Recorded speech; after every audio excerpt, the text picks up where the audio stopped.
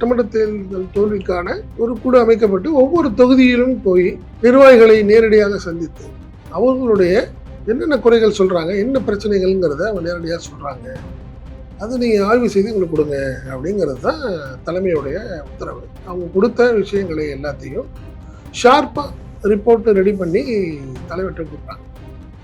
இதன் தொடர்ச்சியாக கட்சியில் பல மாற்றங்கள் இருக்கும் அப்படின்னு ஒரு தகவல் சொல்றாங்க. சென்னையில் ஒருத்தர், அதே மாதிரி வட மாவட்டங்களில் ஒருத்தர், டெல்டாவில் ஒருத்தர் அப்படின்னு ஒரு 3 முக்கியமான நபர்களை குறை சொல்லி எல்லாமே சொல்லிட்டாங்க.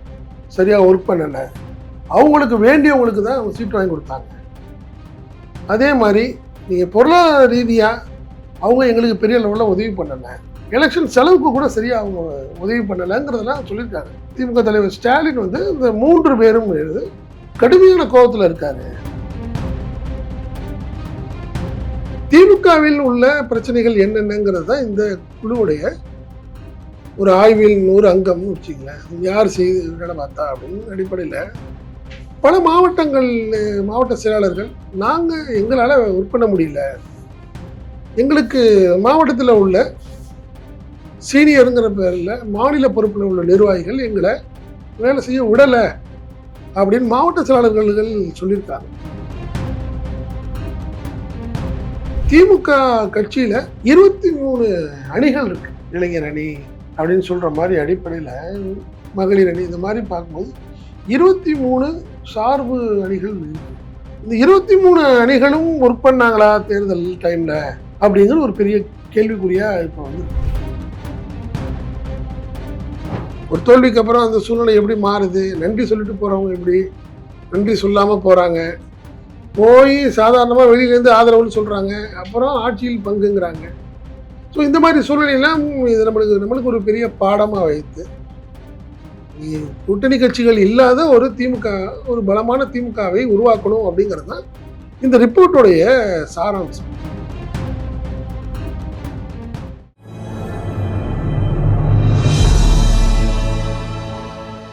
தமிழ் நேயர்களுக்கு வணக்கம். இன்றைய நேர்காணலில் நம்ம இருந்திருப்பவர் தமிழ் ஆசிரியர் மற்றும் பத்திரிகையாளர் திரு செந்தில் சார். சார் வணக்கம். வணக்கம். திராவிட முன்னேற்ற கழகத்தில் இந்த தோல்விக்கு பிறகு ஒரு குழு அமைச்சிருந்தாங்க, 36 பேர் கொண்ட குழு. அது அநேகமாக ஜூன் 8ஆம் தேதியே அது வழங்கப்படும் அப்படின்னு சொல்லப்பட்ட நிலையில இப்போ அநேகமாக இன்று அல்லது நாளை அது அதனுடைய அறிக்கை வெளிப்படையாக தெரிய வரும் என்று எதிர்பார்க்கப்படுது. அந்த அறிக்கையை பற்றிய சில தகவல்கள் பொதுவெளிக்கு வந்திருக்கு, ஊடகங்களை நம்ம அறியப்படுறோம். ஸோ அந்த அறிக்கையில் இருக்கக்கூடிய அம்சங்கள் என்ன, திமுகவில் ஏற்பட இருக்கக்கூடிய மாற்றங்கள் என்னென்ன? இல்லை, அதாவது ஆக்சுவலாக எலெக்ஷன் தோல்விக்கான சட்டமன்ற தேர்தல் தோல்விக்கான ஒரு குழு அமைக்கப்பட்டு ஒவ்வொரு தொகுதியிலும் போய் நிர்வாகிகளை நேரடியாக சந்தித்து அவர்களுடைய என்னென்ன குறைகள் சொல்கிறாங்க, என்ன பிரச்சனைகள்ங்கிறத அவங்க நேரடியாக சொல்கிறாங்க. அதை நீங்கள் ஆய்வு செய்து எங்களுக்கு கொடுங்க அப்படிங்கிறது தான் தலைமையுடைய உத்தரவு. இந்த டீம் கிட்டத்தட்ட எல்லா தொகுதிகளையும் போய் பார்த்துட்டு வந்துட்டாங்க. முக்கிய நிர்வாகிகளை சந்திச்சு அவங்க கொடுத்த விஷயங்களை எல்லாத்தையும் ஷார்ப்பாக ரிப்போர்ட் ரெடி பண்ணி தலைவர்கிட்ட கொடுக்குறாங்க. இதன் தொடர்ச்சியாக கட்சியில் பல மாற்றங்கள் இருக்கும் அப்படின்னு ஒரு தகவல் சொல்கிறாங்க. குறிப்பாக பார்த்தீங்கன்னா நிர்வாகிகள் மாற்றம், மாவட்ட செயலாளர்கள் மாற்றம் அப்படிங்கிற ஒரு சூழ்நிலை. ஏற்கனவே திமுகவில் கிட்டத்தட்ட 5 வருடங்களுக்கு ஒரு முறை நிர்வாகிகள் தேர்தல் உண்டு. கீழே கிளையில் ஆரம்பித்து மாவட்ட செயலாளர் வரைக்கும் கிட்டத்தட்ட 4 வருஷம் ஆயிடுச்சு. அதற்கான டைம் இப்போ இருக்குது. ஸோ இதன் தொடர்ச்சியாக கூட இந்த ரிப்போர்ட்டின் அடிப்படையில் நிர்வாகிகள் மாற்றத்தின் கட்சி தேர்தலையும் சேர்த்து வைத்துடலாம்னு தலைமை முடிவு பண்ணியிருக்கிறாங்க அப்படின்னு சொல்கிறாங்க. இப்போ இது 2-3 விஷயம் இதில் முக்கியமாக பார்க்கணும். பார்த்தீங்கன்னா இப்போ திமுகவில் 2 அல்லது 3 சட்டமன்ற தொகுதிகளுக்கு ஒரு மாவட்ட செயலாளர் ஒரு கணக்கில் இருக்காங்க. ஸோ இந்த நிலையை மாற்றி, அதாவது இப்போ 78 மாவட்ட செயலாளர்கள் இருக்காங்க, ஆல் ஓவர் தமிழ்நாடு இருக்கிறாங்க. இப்போ 2 சட்டமன்ற தொகுதிக்கு ஒரு மாவட்ட செயலாளர் அடிப்படையில் கிட்டத்தட்ட 117 மாவட்ட செயலாளர்களாக உருவாக்கலாம் அப்படின்னு 78 ஏற்கனவே இருக்காங்க, அதை 117 மாற்றலாம் அப்படின்னு ஒரு சஜஷன் சொல்லியிருக்காங்க நிர்வாகிகள். மாவட்ட செயலாளர் பார்க்க முடியல அப்படிங்கிற ஒரு சூழ்நிலையை ஏற்படுத்துது ஒரு விஷயம். அதே மாதிரி தேர்தல் தோல்விக்கு யார் யார் காரணம் அப்படிங்கிற விஷயத்துல தான் நீங்க தாவேக்கா ஒர்க் பண்ணிடுச்சு, சோஷியல் மீடியா வச்சு அவங்க பயன்படுத்திக்கிட்டாங்கங்கிறதெல்லாம் தாண்டி திமுகவில் உள்ள பிரச்சனைகள் என்னென்னங்கிறது தான் இந்த குழுவுடைய ஒரு ஆய்வில் ஒரு அங்கம்னு வச்சுங்களேன். யார் செய்து வேலை பார்த்தா அப்படின்னு அடிப்படையில் பல மாவட்டங்கள் மாவட்ட செயலாளர்கள் எங்களால் ஒர்க் பண்ண முடியல, எங்களுக்கு மாவட்டத்தில் உள்ள சீனியருங்கிற பேரில் மாநில பொறுப்பில் உள்ள நிர்வாகிகள் எங்களை வேலை செய்ய விடலை அப்படின்னு மாவட்ட செயலாளர்கள் சொல்லியிருக்காங்க. அதே மாதிரி பார்த்தீங்கன்னா ஒன்றிய செயலாளர்களும் கூட பல இடங்களில் ஒர்க் பண்ணல. ஒரு விஷயம் வைக்கும் பார்த்தீங்கன்னா திமுக கட்சியில் அமைப்பில் 23 அணிகள் இருக்கு. இளைஞர் அணி அப்படின்னு சொல்கிற மாதிரி அடிப்படையில் மகளிர் அணி இந்த மாதிரி பார்க்கும்போது 23 சார்பு அணிகள் இருக்கு. இந்த 23 அணிகளும் ஒர்க் பண்ணாங்களா தேர்தல் டைமில் அப்படிங்கிற ஒரு பெரிய கேள்விக்குறியாக இப்போ வந்துருக்கு. முக்கியமாக ஒரு 4-5 அணிகளை தாண்டி இளைஞர் அணி, மாணவர் அணி, மகளிர் அணி இந்த மாதிரி இந்த அமைப்புகளை தாண்டி 23 அமைப்புகளுக்கும் நிர்வாகிகள் இருக்காங்க. அதில் ஒவ்வொரு பாடியிலையும் கிட்டத்தட்ட 7-8 நிர்வாகிகள் இருக்காங்க. ஒன்றிய லெவலில், நகர லெவலில், வார்டு லெவல்லையே 23 அணிகளுக்கும் ஆட்கள் இருக்காங்க. நீங்கள் அவங்களே ஒர்க் பண்ணியிருந்தாங்க. நீங்கள் அப்படி பார்க்கும்போது பார்த்தீங்கன்னா அதே தெளிவான ஒரு வெற்றியை கொடுத்துருக்கும் திமுகவுக்கு. ஸோ அது 23 அணிகளும் சரியாக இருந்ததா? அவங்க எலெக்ஷன் ஒர்க் பண்ணாங்களா? அவங்க உட்காந்து அந்த நிர்வாகிகள் ஆட்கள் எல்லாமே திமுகவுக்கு வேலை பார்த்தாங்களா, ஓட்டு போட வச்சாங்களா அப்படின்னு ஒரு பெரிய கேள்வி. ஸோ இதையும் இந்த ஆய்வு கூட்டத்தில் பல டிஸ்கஷன் போயிருக்கு. ஸோ இந்த 23 அணிகள்ங்கிறது தேவையா, இல்லை அது வேற மாதிரி ரீஸ்ட்ரக்சர் பண்ணலாமாங்கிறதையும் ஆலோசிச்சுட்டு இருக்காங்க தலைமை. இப்போ இந்த மாவட்ட செயலாளர்களுடைய நியமனத்தில் 78 பேர் இப்போ ஆல்ரெடி இருக்கிறாங்க அப்படின்னா, நீங்க ஒரு விஷயத்த சொன்னீங்க, சீனியருங்கிற பேர்ல அடுத்த கட்ட நிர்வாகிகளை ஒர்க் பண்ண விடுறது இல்லை அப்படிங்கிற மாதிரின்ட்டு. இப்போ அவங்களுடைய நிலை என்ன, இப்போ அடுத்தபடியா என்ன ஆகும்?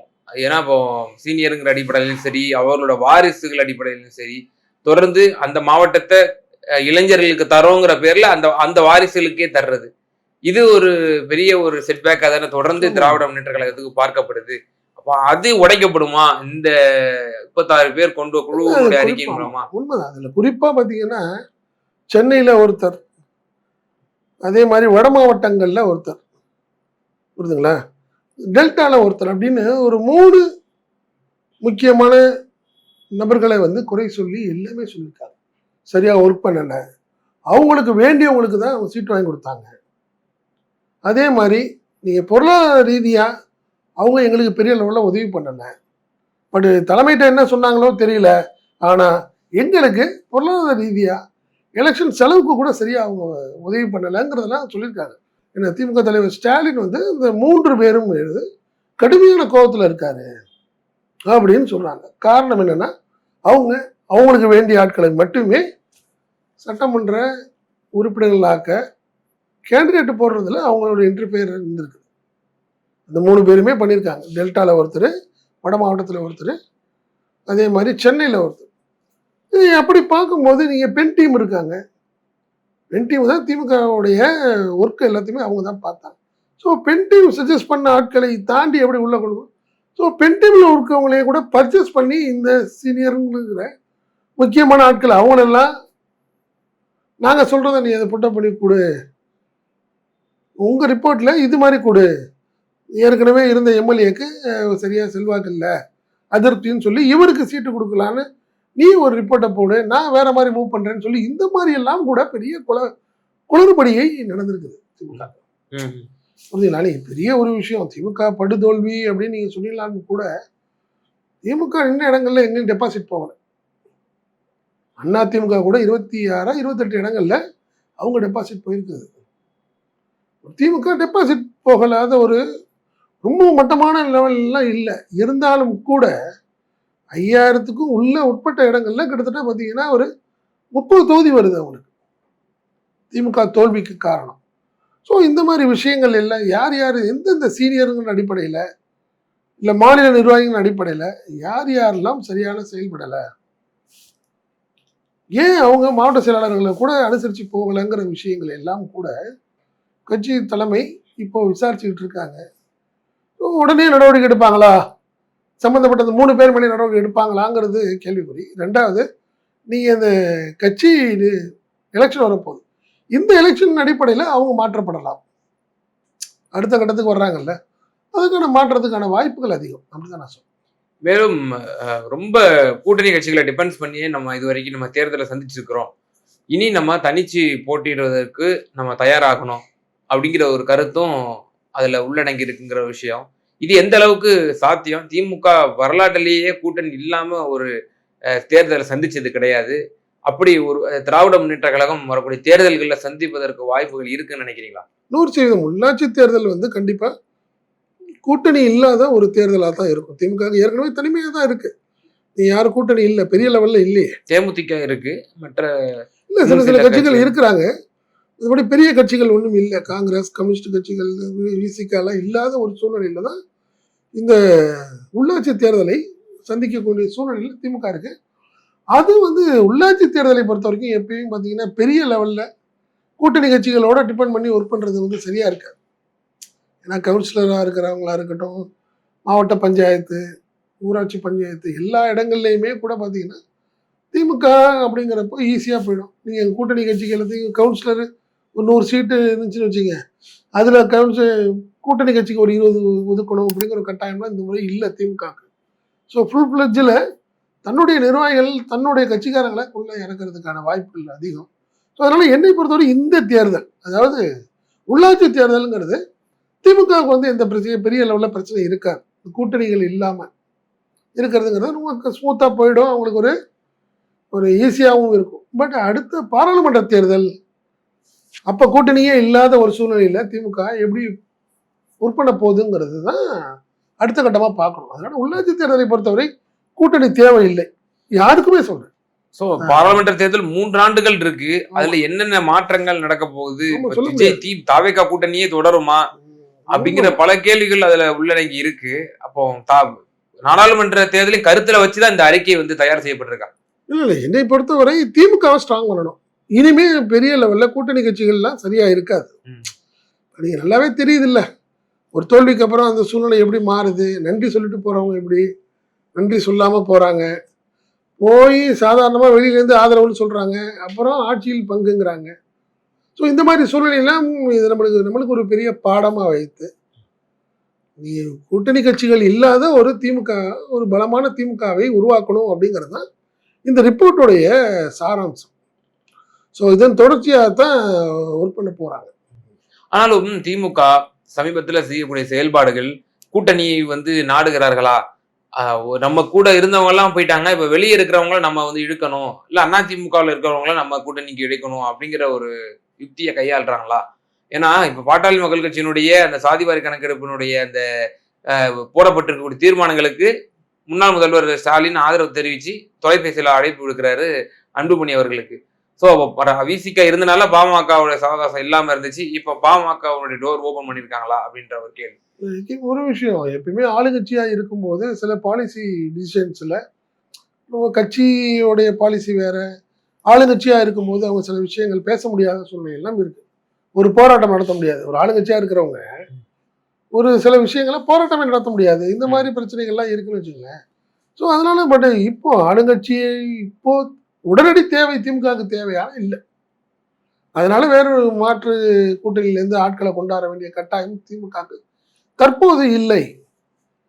என்ன அதனால இன்னும் காலம் இருக்கு. நீங்க சொன்ன மாதிரி பாராளுமன்ற தேர்தலுக்கு இன்னும் 3 வருஷம் இருக்கு. அதுக்குள்ள நிறைய மாற்றங்கள் இருக்கும். அதனால திமுக வந்து கூட்டணியிலே இல்லையே அப்படிங்கிற விரக்தியில் இருக்க வேண்டிய கட்டாயம் இல்லை அவங்களுக்கு. என்ன அதனால பாராளுமன்ற தேர்தலில் ஏற்கனவே நீங்க கிட்டத்தட்ட 22 எம்பி வச்சிருக்கிறோம். நம்ம திமுக வச்சிருக்கோம், ஒன்றும் பிரச்சனை கிடையாது. கம்ஃபர்ட்டாக அங்கே ஒர்க் பண்ணோம். அதே மாதிரி உள்ளாட்சி தேர்தலில் எல்லா இடங்கள்லையும் திமுக போட்டி அப்படிங்கிற ஒரு நல்ல சூழ்நிலை வரும். அது கட்சிக்காரங்களுக்கு ஒரு உற்சாகத்தை தான் கொடுக்குமே ஒழிய அதனால சோர்வை கொடுக்க வாய்ப்பு இல்லை. கடந்த நாடாளுமன்ற தேர்தலில் முன்னாள் முதல்வர் திரு ஸ்டாலின் என்ன சொன்னாரு? உங்க தொகுதியில யாரு தோக்குறாங்களோ அவங்க நிச்சயமா அந்த பதவிகள் பறிக்கப்படும் சொல்லி மாவட்ட செயலாளர்களை எச்சரிச்சிருந்தாரு. இப்ப இந்த தேர்தலில் திரு மு.க. ஸ்டாலின் உட்பட பலரும் தோத்துருக்கிறாங்க. அப்படிங்கிற பொழுது அவர்கள் மீது நடவடிக்கை பாயுமா? அப்படி பாய்ந்தால் நீங்களே வந்து குளத்தூர்ல வந்து தோத்துருக்கீங்களே, அப்போ இந்த களமே வந்து முற்றிலுமா வந்து புரட்டி போட்ட விதமா இருந்திருக்கு அப்படின்னு சொல்லி இந்த அப்படி ஒரு நடவடிக்கை உள்ளாக்கப்படுவார்களா? மேலும் ஜென்சி இளைஞர்களை தொடர்ந்து முன் வச்சு திமுக நகர்ந்து கொண்டிருக்கிறது. அப்போ ஜென்சிகளை வந்து எப்படி நம்ம நிர்வாகத்துக்குள்ள கொண்டு வருது, கட்சியில அவங்களுக்கு எப்படி பொறுப்பு வழங்குறது? ஏன்னா அது கொடுக்க வேண்டிய கட்டாயத்திற்கு உள்ளாக்கப்பட்டுருச்சு. தாவேக்காங்கிற ஒரு பிளேயர் ஆட்சிக்கு வந்ததுக்கு பிறகு அது எல்லாம் எப்படி இன்க்ளூட் பண்ண போறாங்க? ஜென்சி மீட்டிங் எல்லா இடத்துலையும் நடத்துது திமுக சார்பில். நிர்வாகிகள் யாரும் கலந்து கொள்ளாத திமுக ஆதரவு இளைஞர்களுக்கான ஒரு மீட்டிங் எல்லா இடத்துலையும் பண்ணிட்டு இருக்காங்கன்னு வச்சுக்கோங்களேன். அது ஒரு விஷயம். ரெண்டாவது, தலைவர் தோல்வி, தலைவரே தோத்துட்டாரு அப்படிங்கிறதெல்லாம் அலட்சியமாக தான் நான் பார்க்குறேன். ஏன்னா இது ஒன்று திமுகவுக்கும் அதிமுகவுக்கும் எதிரான ஒரு அலை அப்படின்னு பார்த்தீங்கன்னா 180 190 தாவேக்கா ஜெயிச்சிருக்கணும். ஸ்வீப் எடுத்துக்கணும். ஸ்வீப் இருக்கும், பெரிய லெவலில் போயிருக்கணும். ரெண்டாவது, பணம் செலவு பண்ணல, இந்த தேர்தலில் பணம் செலவு பண்ணலன்னு ஆதவ அர்ஜுன் சொல்லிட்டு இருக்காரு. இல்லை, அவங்க 2000-3000 கோடி ரூபாய் சோசியல் மீடியாவுக்கு ஒரு 3 வருஷத்துல செலவு பண்ணியிருக்காங்க. பெரிய லெவலில் அவங்க ஒர்க் அவுட் பண்ணியிருக்கிறாங்க. புரியுதுங்களா? அது வெளியே கண்ணுக்கு தெரியாத ஒரு செலவு. அது இப்போ இவங்க திமுக அதிமுக செலவு செய்த செலவு எல்லாத்துக்கும் தெரிந்த செலவு. தெரியாத செலவு அவங்க ஃபேக் ஐடி, வார் ரூமு, சோஷியல் மீடியாவில் அவங்களுடைய வேலைகள், இது மாதிரி விஷயத்தில் அதில் ஆயிரக்கணக்கான கோடி ரூபாய் செலவு பண்ணியிருக்கிறாங்க அவங்க. புரியுதுங்களா? இப்படி இந்த தோல்வி, இந்த குளத்தூர் தோல்வி இந்த மாதிரி விஷயங்கள்லாம் அலட்சியமாக தான் இருந்திருக்கணும். காரணம் என்னன்னா, ஏற்கனவே ரொம்ப பேர் ஜெயிச்சிருக்காங்களே. இதுலேயே பெரிய லெவலில் ஸ்வீப் அப்படின்னு பார்க்கும்போது இது அலட்சியம். ஏன்னா இன்னும் கூட சொல்கிறாங்க, ஸ்டாலின் அவர்களுக்கும் உதயநிதியும் அவருக்கும் கூட நீங்கள் எல்லாருமே பிரச்சாரத்துக்கு போகிறீங்க. ஸோ நீங்கள் உங்கள் தொகுதியை கான்சன்ட்ரேட் பண்ணலை. நீங்கள் ஏன் ஒரு வேளை நீங்கள் திருவாரூர் அண்ட் குளித்தலை இந்த மாதிரி இடத்துக்கு போயிடலாம். அதாவது சென்டிமெண்டா அவங்க தந்தை வந்தாங்கன்னா போயிடலாம். நீங்கள் சென்னை சரியா இல்லை அப்படின்னு ஒரு சூழ்நிலையை வந்து ஏற்கனவே ஒரு 10 நாளைக்கு முன்னாடியே தெரிஞ்சிருது. ஈவன் தோ எலெக்ஷன் அனௌன்ஸ்மெண்ட் உடனேயே கூட திமுக தலைவரிடம் சில விஷயங்கள் பேசப்படுகிறது. குளித்தலையோ திருவாரூரே போயிடலாமே, ஈஸியா இருக்கும் உங்களுக்கு. முன்பு உதயநிதி அவர்களுக்கு அறிவுறுத்தப்பட்டது என்று என்னுடைய நினைவு. நீங்களுமே உங்க தாத்தா அதுதான் சொல்றேன், ஒருத்தர் குளித்தலை ஒருத்தர் திருவாரூர்னு சொன்னாங்க. ஈஸியா போயிடும் உங்களுக்கு, பிரச்சனை இல்லாம கம்ஃபர்ட்டா போயிடலாம்னு சொல்ற போற 2 பேரும் அதை வந்து நெக்லெக்ட் பண்ணிட்டாங்க. இல்லங்க சென்னையிலே ஒன்றும் இல்லை, இப்போ இவ்வளோ மோசமாக இருக்க போது பார்த்துக்கலாம். ஏன்னா 20 பேர் நிற்கிறாங்க, 19 பேர் நிற்க போகிறாங்க. அதில் எல்லாத்துலேயும் நானும் ஒரு ஆள் நினச்சிக்க வேண்டியதுன்னு அவங்க நினைக்கிறாங்க. பட் அன்ஃபார்ச்சுனேட்லி 2 பேர் தான், சேகர் பாபுவும் உதயநிதி மட்டும் தான் ஜெயிக்கிறாங்க. தலைவர் தோத்துடுறாருன்னு வச்சுக்கோங்க, ஸ்டாலின் தோத்துடுறாரு.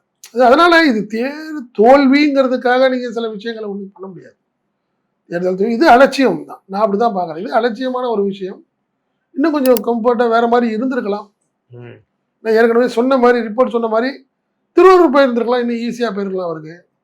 ஏன்னா நீங்கள் தலைவராக இருக்கும்போது பிரச்சாரம் தொடர்ந்து பண்ண முடியாது, வேற யாராவது நம்பி தான் இருக்கணும்.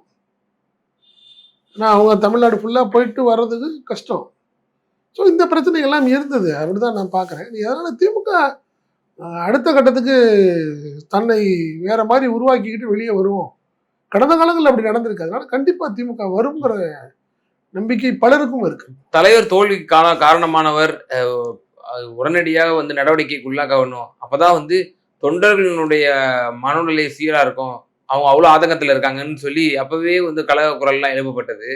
அப்போ அதுக்கு ஏதேனும் வந்து வாய்ப்பு இருக்கு? யாரோ ஒருத்தர் சொல்றதை செய்ய முடியாது. யாரோ ஒருத்தர் அவங்களுடைய அவங்களுக்கு ஒரு வருத்தமா இருக்கலாம், அவங்க மேல கோபமா இருக்கலாம். அதுக்கு ஒரு ஆய்வு போட்டு அதுக்கு ஒரு ரிப்போர்ட் ரெடி பண்ணி அவரு தான் காரணம்னா நடவடிக்கை எடுப்பாங்க. நம்ம ஒரு 3 பேரை சொல்றோம்ல, ஒரு சென்னையில் ஒருத்தர், வட மாவட்டத்தில் ஒருத்தர், டெல்டாவில் ஒருத்தர்னு சொல்கிறோம்ல. ஸோ அவங்க மூலம் இப்போ தான் ஒரு ரிப்போர்ட் வெளியே வருது. இன்னும் இல்லை சொல்ல போனால் இந்த 3 பேரில் ஒருத்தருடைய பையன் கூட ஒரு இடத்துக்கு போகிறார், இந்த ஆய்வுக்கு போகிறார். இந்த ஆய்வுக்கு போகிறப்போ அந்த பையன்ட்டே அவங்க அப்பாவை பற்றி கம்ப்ளைண்ட் பண்ணுறாங்க. புரியுதுங்களா? இந்த மாதிரி விஷயங்கள்லாம் கூட நடந்திருக்கிறதுன்னு வச்சுக்கோங்க. ஸோ இந்த விஷயத்தெல்லாம் பார்க்கும்போது திமுக கண்டிப்பாக ஒரு நியாயமான ஒரு ரிப்போர்ட் கிடைக்கும் பட்சத்தில் தலைவர் வந்து சரியான நடவடிக்கை எடுக்கணுங்கிற ஒரு பெரிய எதிர்பார்ப்பு எல்லாத்துலேயும் ஆல் ஓவர் தமிழ்நாடு இருக்குது. நிர்வாகிகள் மத்தியில் எல்லாத்துலேயும் இருக்குது, இதாக ஒன்று பண்ணணும்.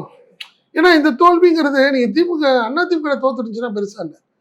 நீங்க சொன்ன மாதிரி 2 வருஷத்துல வந்து ஒரு கட்சி சல்லுன்னு வந்து திமுகவை தோற்கடிச்சிருச்சுங்கிறத வந்து அடுத்தடுத்த கட்ட தொண்டர்கள் யாரும் ஏற்றுக்கல. மன ரீதியா அவங்க பாதிக்கப்பட்டிருக்காங்க. ஸோ திமுகவில் உள்ள சில உள்ளுரிவுகள் அப்படின்னு சொல்ற மாதிரி கருப்பாடுகளை எல்லாம் களையெடுத்தால்தான் திமுகவுக்கு சரியான ஒரு சூழ்நிலையை ஏற்படுத்த முடியுங்கிறது தொண்டர்களுடைய நம்பிக்கையா இருக்கு. 2017-18 காலகட்டத்தில் அப்போதைய மத்திய இணையமைச்சராக இருந்த பொன் ராதாகிருஷ்ணன் ஒரு கழகங்கள் இல்லாத தமிழ்நாடை நாங்கள் உருவாக்குவோம் அப்படின்னு சொல்லும்போது அப்போதைய எதிர்க்கட்சி தலைவர் திரு மு க ஸ்டாலின் ரொம்பவே ஆத்திரப்பட்டு சில வார்த்தைகள்லாம் விட்டார். என்ன இவ்வளவு நாகரிகமா பேசக்கூடியவர் பொன் ராதாகிருஷ்ணன் எப்படி வந்து திட்டுறாரு அப்படின்னு சொல்லி அப்போ ஒரு பெரிய ஒரு சர்ச்சையா ஆரம்பிச்சு. அப்போ இப்போ கழகங்களா தமிழ்நாடு இன்னொரு நியூ ஃபோர்ஸ் வேற இப்போ பெருசா கட்டமைக்கப்படுது. திரு அண்ணாமலை அது போல இப்போ அவங்களுக்கு வேற ரஜினிகாந்தும் அதுல ஏதேனும் வந்து இன்வால்வ் ஆவாரா அப்படிங்கிற ஒரு சந்தேகமும் வலுக்குது. அப்படிங்கிற பொழுது இப்போ நியூ பிளேயரும் இந்த திராவிட கட்சிகள் இனி எமர்ஜ் ஆயிடக்கூடாது, இவங்களை அதோட இன்னும் அவங்கள வந்து சறுக்கு முகமாகவே கொண்டு போயிடணும் அப்படிங்கிறதுல மத்திய இயந்திரமோ அல்லது திராவிட சித்தாந்தத்திற்கு எதிராக இருக்கக்கூடிய சக்திகளோ அவங்க தெளிவா இருக்கிறாங்க. அப்படிங்கிற பொழுது இங்க திராவிட முன்னேற்ற கழகம் அதை முறியடிக்கக்கூடிய விதத்தில் என்னென்னலாம் வந்து அவங்க எடுக்க போறாங்கிற ஒரு கேள்வி. கழகங்கள் இல்லாத தமிழ்நாடுனா எதிர்கட்சி திமுக தானங்க இருக்கு. திராவிட முன்னேற்ற கழகம் தானே இருக்கு. கழகம் தான் இருக்கு. அதுல வெற்றி கழகம் தான் ஆளுங்கட்சியா இருக்கலாம். பண்றது திமுக அதிமுக அது இல்லாத ஆட்சியை வந்து கொண்டு வந்துட்டாங்களா முதல் முறையா. கழகம்னு பார்த்தா நீங்க இதுவும் தமிழக வெற்றி கழகம் தானே. அதுவும் ஒரு கழகம் தானே. கழகங்கள் இல்லாத ஒரு தமிழ்நாடுங்கிறதுக்கான வாய்ப்புகள் இல்லை. அதுல எல்லாம் மாற்றம் இல்லை. அது பொன் ராதாகிருஷ்ணனா இருக்கட்டும் யாரா இருந்தாலும் சொல்ற விஷயங்கள்லாம் அன்னைக்கு சொல்லியிருக்கலாம்னு வச்சுக்கலாம். பட் தவிர்க்கவே முடியாது. அதெல்லாம் என்னை பொறுத்தவரை அதிமுகவும் திமுகவும் அழிந்துவிடும் அப்படிங்கிறத யாருமே, தோல்வி வெற்றிங்கிறது வேற. நீ அதனால மாற்றம் இல்லை. இப்போ ஒரு மாசத்துல ஒரு அதிருப்தி வரும். இன்னும் 3 மாசத்துல அந்த அதிருப்தி அதிகமாகும். அடுத்த தேர்தலில் வெற்றி இவங்களுக்கு வரும். அதை தாண்டிய விஷயங்கள் ரொம்ப கஷ்டம்ன்றாங்க. அதனால அண்ணாமலை வந்து திருப்பி அடுத்த ஒரு ஆட்சியை பிடிச்சிருவாரு. ஆட்சியை பிடிப்பாருன்னு நம்ம சொல்ல வரல. இப்போ அவர் ஏற்கனவே பாரதிய ஜனதா கட்சியில் இருக்கும் போதே குறிப்பிடத்தக்க சதவீதம் அவர் வந்து பெற்றாரு. அப்போ இந்த தேர்தல் இப்போ வரக்கூடிய தேர்தல்களிலும் ஒரு நியூ ஃபோர்ஸ் வரும்போது எல்லாருக்கும் ஒரு பாதிப்பு ஏற்படும். தமிழக வெற்றி கழகம் உட்பட எல்லாரோட ஓட்சியாருமே வந்து போகக்கூடிய வாய்ப்பு. அப்படி என்னை பொறுத்த வரைக்கும் பெருசா சொல்ல முடியாதுன்னு நினைக்கிறேன் நான். அவருக்கு தேர்தல் விஜய்க்குமே என்ன சொல்லப்பட்டது, அதிமுக ஓட் பேங்க் தான் அவர் கணிசமா உடைப்பாருன்னு சொல்லிட்டு இருந்தோம். ஆனா அதிமுக கடந்த நாடாளுமன்ற தேர்தலில் வாங்கின ஓட் பேங்க் அப்படியே அவங்க வந்து தக்க வச்சதை நம்ம இந்த தேர்தலில் நம்ம பார்த்தோம். திமுக தான் இழந்திருக்கு அதிகமா இந்த தேர்தலில் அப்படிங்கிறது நம்ம பார்த்தோம் இல்லையா. இப்போ இந்த நியூ பிளேயர்னு ஒருத்தர் வரும்போது கணிசமா எல்லாரும் அதுல நடக்கதாங்க செய்யும். நீங்க அதான் நானு நீங்க பிஜேபி ஒண்ணு இல்லாம போயிடுச்சு இப்போ தமிழ்நாட்டுல, புரியுதுங்களா. அதுக்காக பிஜேபி அவ்வளவுதான் முடிஞ்சிருச்சுன்னு எப்படி சொல்லுவீங்கன்றானா. வெற்றி தோல்வியை மட்டுமே வைத்து ஒரு கட்சியோடைய எதிர்காலத்தின் அளவுகோலா இருக்குமான்னு கேட்குறேன். ஒரு நிர்வாகி கூட போலையே, வெளியே போலையே திமுக தோல்விக்கு அப்புறம். அண்ணா திமுக இவ்வளோ பேர் போயிட்டாங்களே, திமுக ஒருத்தர் கூட வெற்றி கழகத்துக்கு போலையே. நீங்க சொல்றீங்களே கணிசமான வாக்குகள்ங்கிறீங்களே, எங்க போனாங்க? திமுக யாராவது போனாங்களா வெளியே? டி நகர் முன்னாள் எம்எல்ஏ கருணாநிதி எல்லாம் போயிருக்காரு. அதான் சொல்றேன், முக்கியமான நிர்வாகிகள் யாரும் போல, எம்எல்ஏக்களே போயிட்டாங்களா ஏடிஎம்கேல, புரியுதுங்களா. நீ அதனால திமுகங்கிறது ஒரு அமைப்புக்கெல்லாம் சாதாரண விஷயம் கிடையாது. நீ அவ்வளோ ஈஸியாக அதை உடைச்சி ஒன்றும் இல்லாமல் ஆக்க முடியாதுங்கிற நான். இந்த தேர்தலில் நீங்கள் ஜெயிச்சதுங்கிறது வேணா கண்டிப்பாக ஒரு அதிருப்தியாக இருந்திருக்கலாம்.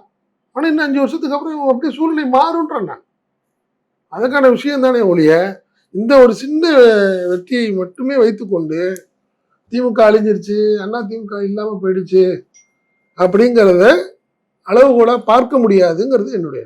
நிச்சயமா சார். 36 பேர் கொண்ட இந்த குழு திமுகவினோட தோல்விக்கு பிறகு அமைக்கப்பட்டிருந்த அந்த குழு தற்போது அந்த அறிக்கையை தலைவர் திரு மு க ஸ்டாலின் அவர்களிடம் சமர்ப்பித்திருக்கிறது. அது பற்றிய பல எக்ஸ்க்ளூசிவான தகவல்கள், திராவிட முன்னேற்ற கழகத்தில் வரும் காலங்களில் ஏற்படக்கூடிய இந்த மாற்றங்கள் என்னென்ன, கட்சியில் ஏற்படுத்தக்கூடிய மாற்றங்கள் என்னென்ன போன்ற பல விஷயங்கள், என்னென்ன ஸ்ட்ராட்டஜிகள் வரும் காலங்களில் முன்னெடுக்க போறாங்க என்பது பற்றிய ரொம்ப விலாவாரியா எக்ஸ்க்ளூசிவா தகவல்களை பகிர்ந்தீங்க. ரொம்ப நன்றி.